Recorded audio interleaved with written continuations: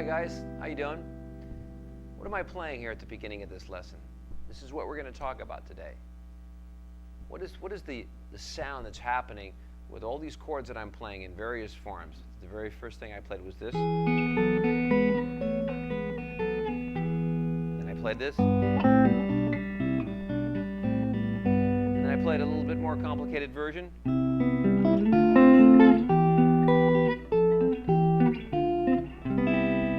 Okay, what I'm trying to show you there is that I'm simply playing the chords of a diatonic scale all in a row, up and down the chord progression. I'm literally playing the 1 chord of the key, going to the 2 chord of the key, going to the 3 chord, going to the 4, going to the 5, or 4, 3, 2, 1. There's a lot of songs that have that exact sort of chord progression that are very popular. There's just something logical and musical about hearing the diatonic steps of the chords in a scale connected together like that. There's a lot of songs. One of the most famous is Blackbird.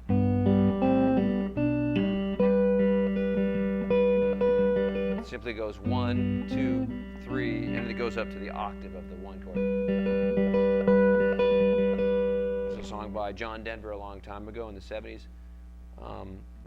Sunshine on my shoulders makes me happy.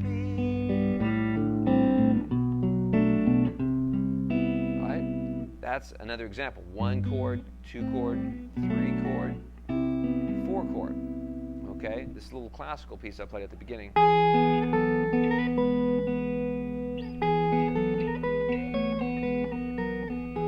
sorry. It's a classical guitar kind of sound, but that's simply implying the same sort of thing. So these things go back as long as there's been harmony in music, probably back before the days of Bach even. So it's a good idea to learn chord scales on your guitar, right? And so up till now, we've learned a few voicings. We've learned, at this point, we've learned major 7th chords on the 6th string, and we've learned major 7th chords on the 5th string, okay? We've even learned maybe minor 7ths on the 6th string and minor 7ths on the 5th string. We learned dominant 7ths on both of these 2 scales, these root locations. But today what we're going to learn is we're going to learn a major 7th and a minor 7th, so we can play these chord scales that I'm referring to from the 4th string root. Okay? So if you take a look at our board right over here, we'll be able to show you how these are going to come about. So if you take a look at this first shape here, this major tri that you see over there on the board, this is one of the chord shapes that we originated from the K system, from the open D shape, right? Okay. Now when we put it up here, we get a movable major tri. That's great. It's the 3rd is in the bass in there, and that's fine. But what we really also realized is that you can take the 3rd on the bass and put it up to the top, and then you get another nice major tri that essentially is the same version as this. Okay, but how does that help us play a major 7th? Well, if you look at the notes of the chord, we've got a root, a 5th, another root, and another 3rd, or a 3rd. We've got an extra root here. Why don't we make that a major 7th and thereby create a major 7th sound? So that makes it really nice for a top string major 7th sound. Okay, so now we've got a major 7 on the 6th string. We've got a major 7 on the 5th string, and now we've got a major 7th on the 4th string. Okay, so that's what I've written there right next to the major triad. Became this. Okay, and these are really good for bright, cutting major 7ths with a lot of low end, right? This is a little bit more root based and a little fuller on the bottom. This is a little brighter.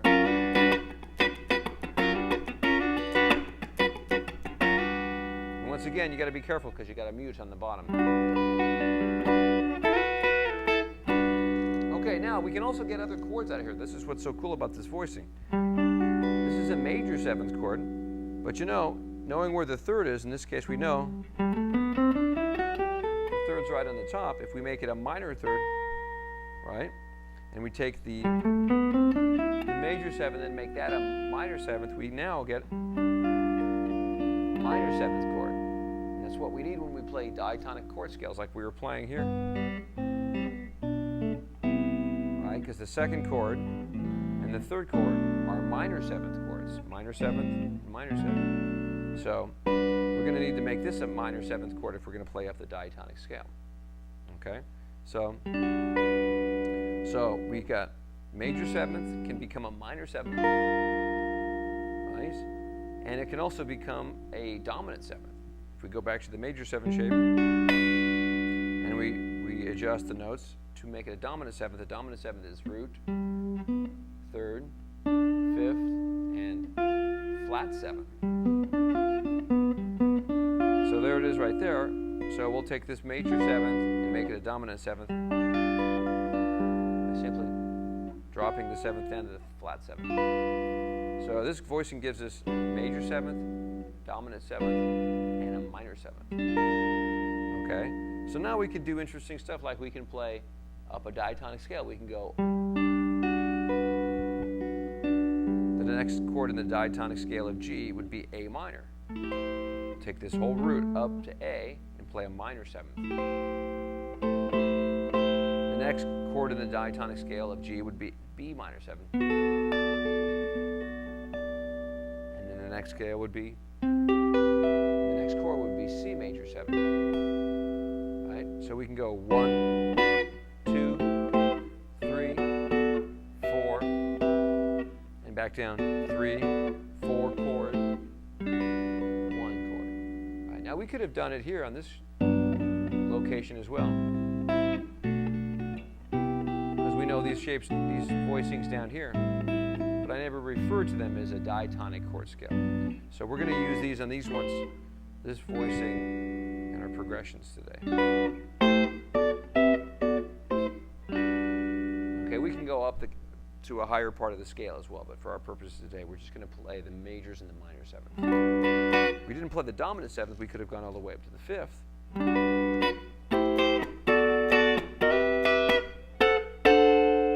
There's the D7 right up here. Remember this shape also gives us an option for dominant 7th. We'll play that on the D right up here. So we could play, you could even refer to a chord progression now, let's say in a number system. You could go 1 and say, I'm going to play the 4 chord. So what would the 4 chord be? C major. So I can say 1, 4, 2, 5. And I'm talking about the chords in the diatonic key of G, but I'm not referring to them by the roots. I'm just referring to them by their diatonic position. 1 chord, 4 chord, 2 chord, 5 chord. Right? That's what's cool about learning harmony, is you can refer to a chord progression in its